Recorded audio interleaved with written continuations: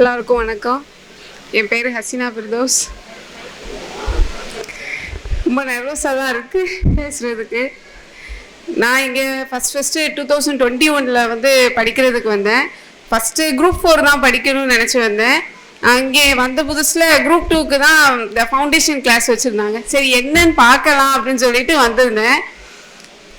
பார்த்தேன் என்னடா இவ்வளோ இருக்குது சிலபஸ், எப்படி படிக்க எப்படி முடிக்க அப்படின்னு நினச்சேன்.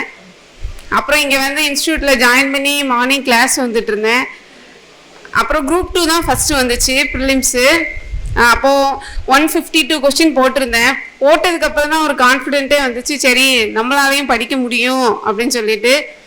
அப்புறம் குரூப் 4 வந்துச்சு. குரூப் 4ல் இப்போ சோஷியல் வெல்ஃபேரில் ஒர்க் பண்ணிக்கிட்டு இருக்கேன். அப்புறம் மெயின்ஸ் இங்கே ஜாயின் பண்ணேன். மெயின்ஸுக்கு எல்லாருமே நல்ல கரெக்ஷன் எல்லாமே நல்லா கொடுத்தாங்க. ஒவ்வொரு திருப்பும் நானும் ரீடெஸ்ட் வந்து அடிக்கடி ரீடெஸ்ட் எழுதிக்கிட்டே இருப்பேன். எனக்கு வந்து ரிப்பீட்டு போட்டுக்கிட்டே இருப்பாங்க. என்னால் பேப்பரை முடிக்கவே முடியாது. எப்போவுமே இந்த ரிப்பீட் வந்து வரவே கூடாதுன்னு நினச்சிட்டே இருப்பேன். அப்புறம் ஸ்டாஃப்ஸ் எல்லாருமே நல்ல ஹெல்ப் பண்ணாங்க.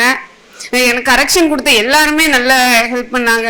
Kandaraj sir, Saundala ma'am, Ayyappan sir, Gokul Singh sir எல்லாருமே நல்ல ஹெல்ப் பண்ணாங்க. அது மாதிரி ஃப்ரெண்ட்ஸும் நல்ல ஹெல்ப் பண்ணாங்க. அப்புறம் படிக்கிறதுக்கு காரணமே என் ஹஸ்பண்ட் தான். அவங்க தான் என்னை வந்து படிக்கிறதுக்கான இதில் இன்வால்வ் பண்ணி விட்டதே அவங்க தான். எனக்கு டிஎன்பிசி பற்றி எதுவுமே தெரியாது. படின்னு சொல்லி அதில் கொண்டு வந்து விட்டதே அவங்க தான். அப்புறம் வீட்டில் எல்லாருமே என் தங்கச்சிமாரு, அப்புறம் அப்பா அம்மா எல்லாருமே ஹெல்ப் பண்ணாங்க. நல்ல ஃப்ரெண்ட்ஸும் கிடைச்சாங்க. இன்ஸ்டியூட்டில் எல்லாருமே நல்ல சப்போர்ட் பண்ணாங்க. அதனால தான் இன்றைக்கி இந்த இடத்துல வந்து நிற்க முடியுது.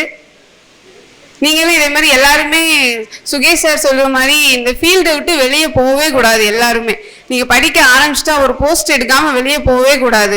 உட்காந்து படிச்சுட்டே இருக்கணும். யார் என்ன சொன்னாலும் காதலே வாங்கக்கூடாது.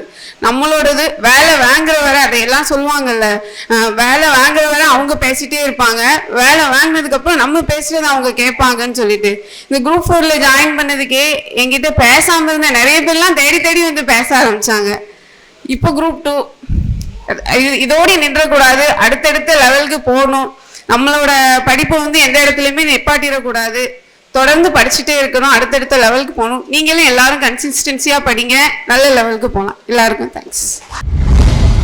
சுரேஷ் IAS அகாடமி, வெற்றியின் முகவரி.